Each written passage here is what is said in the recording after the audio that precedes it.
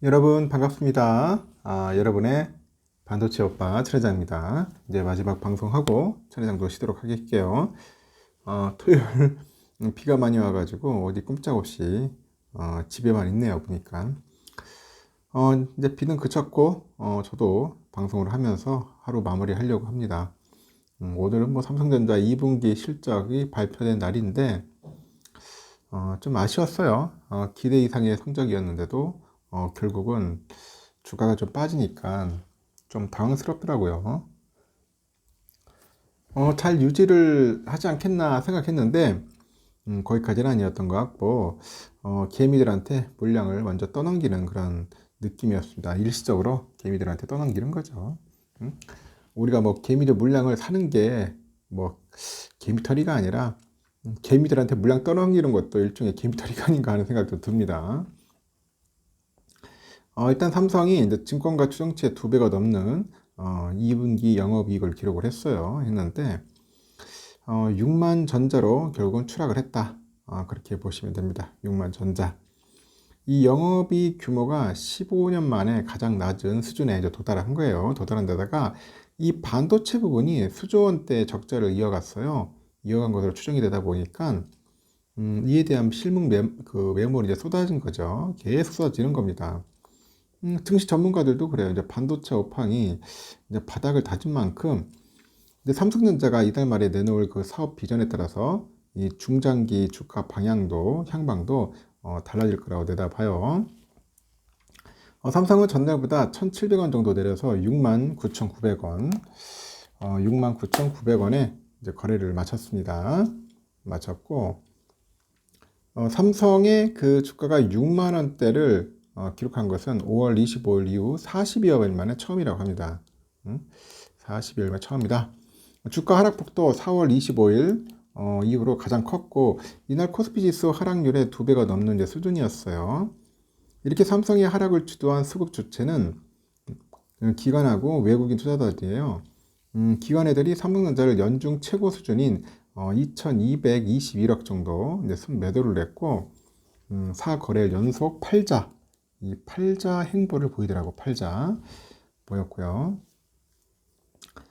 지난달 20일부터 전날까지 10일 거래일 연속 순매수를 이어던 외국인들은 한 862억 정도 이제 순매도로 섰고, 뭐 외인들은 잠시 쉬는 건데 이제 기관애들이 자꾸 팔아요. 자꾸 팔면서 떨구는 것 같습니다. 이 삼성전자 주가가 맥을 못 춘 것은 이날 회사가 발표한 2분기 실적이 시장의 최근 눈높이를 충족하기에는 부족했기 때문이 아니냐 그런 건데, 금융정보업체에 따르니까 삼성이 밝힌 2분기 영업이익 잠정치가 6천억 원이에요. 6천억. 이 6천억 원은 최근 3개월 국내 증권사의 평균 전망치인 2,818억 원의 2배를 웃도는 수준이다. 그렇게 보시면 돼요. 다만 지난달 말이죠. 미국 메모리 반도체 기업 마이크론. 이 마이크론 테크놀로지가 지난 분기 깜짝 실적을 발표한 영향으로 그 막판으로 갈수록 증권가의 기대치는 점점 높아지고요. KB증권은 이달 5일에 삼성의 2분기 영업이익 전망치를 9천억 정도로 제시하기로 합니다. 9천억으로 제시를 했고요. 여기에 미국의 긴축 기조가 강화될 조짐을 보이다 보니까 외국인들의 투자 심리가 얼어붙은 점도 삼성전자 주가에 좀 부담을 줬다. 그렇게 분석도 합니다. 그 메리츠에서는 그 최근의 주가 상승 속에 그 우호적인 환율 흐름하고 이 반도체 수출 개선 추이 등을 감안하면은 다소 아쉬운 실적으로 평가를 하더라고요. 그래서 실적뿐 아니라 이제 미국의 반도체 주가가 최근 하락세를 보인 것도 외국인들이 1조 원 넘게 코스피 200 선물을 순매도하는 등 수급적인 이슈가 뭔가 복합적으로 연관이 돼서 주가가 하락한 것이 아니냐, 뭐 그렇게 진단하는 분도 있습니다. 증시 전문가들은 삼성의 그 중장기 주가 방향성은 이달 27일 열리는 기업 설명회에서 판가름 날 것으로 예상을 하는데, 삼성이 소개하는 각 부문별 업황하고 이에 대한 그 대응 전략을 확인한 뒤 투자자들이 본격적인 움직임을 보일 거라는 전망도 있습니다. 전문가들은 우선 반도체 부분의 경우 하반기부터 다소 나아지는 성적표를 손에 쥘 가능성이 높다고 봐요. 이미 2분기 반도체 부분의 적자폭도 1분기 4조 5,800억보다 줄어든 한 3조 원에서 4조 원 정도 됐다고 추정들을 하네요. 삼성이 감산 규모 등을 선도적으로 정할 수 있는 우월한 위치에 있는 만큼 설명에서 내놓는 세부 사업 전략에 따라서 외국인의 순매수세가 다시 유입될 수 있다고 관측도 합니다. 그래서 1분기 실적 버팀목이었던 모바일 경험 MX죠. 이 MX 부분에 관해서는 신제품 효과를 두고 봐야 한다는 의견도 있어요.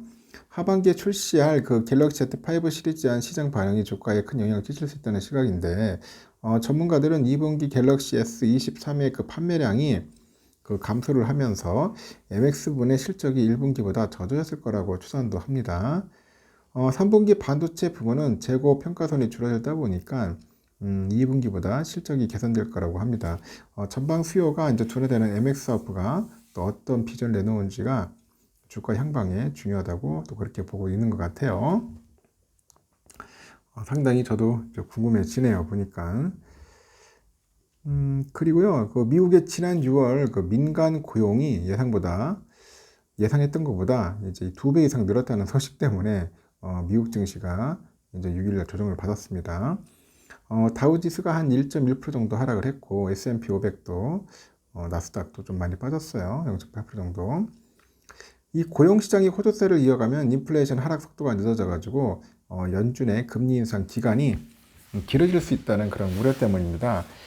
그래서 발표된 그 6일날 ADP의 그 지난 6월 민간 그 부분의 취업자 수가 49만 7천 명이 늘어난 것으로 집계됐는데, 이는 지난해 7월 이후 최대폭의 증가더라고요. 다우존스가 이코노미스트를 대상으로 조사한 전망치 22만 명 증가를 2배 이상 웃돈 겁니다. 반면에 이날 발표된 다른 두 건의 경제 지표는 고용시장이 식고 있다는 상반된 신호를 보냈는데, 지난 5월 미국의 전체 구인 규모가 1,000만 건 아래로 떨어졌고, 지난주에는 신규 실업수당 신청 건수가 24만 8천 건으로 2년 만에 최고치를 기록을 했대요.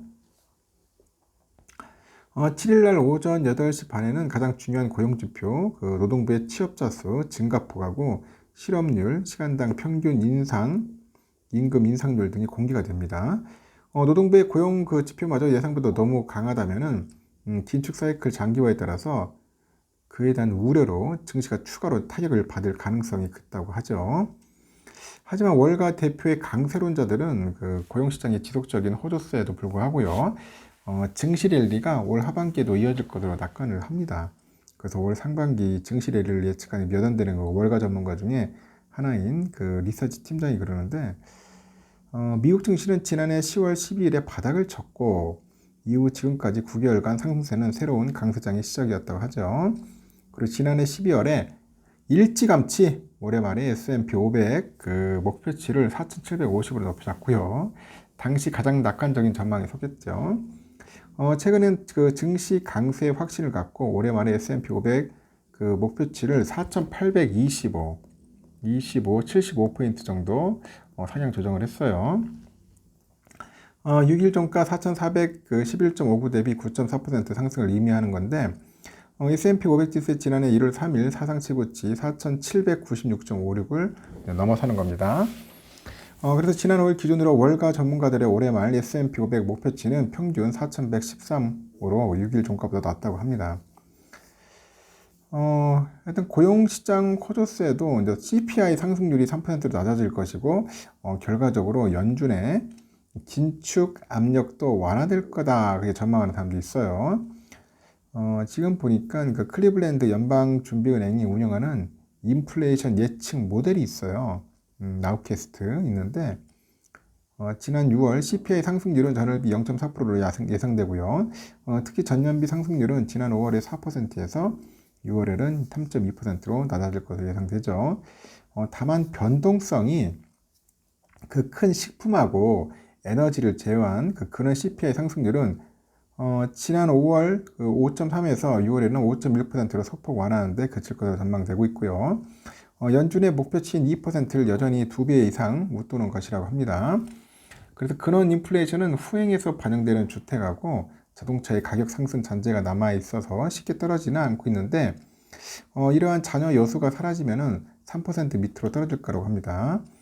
제롬 파월 연준 의장을 비롯해서 상당수 연준 인사들이 금리를 7월하고 이제 9월에 두 번 연속 올릴 수 있다고 밝힌 데 대해서는 두 번의 추가 인상은 지난 12개월간 5%포인트의 금리 인상만큼 충격적이지 않다면서 그 두 번의 금리 인상이 실현된다고 해도 시장 파장이 크지는 않을 거라고 예상을 합니다.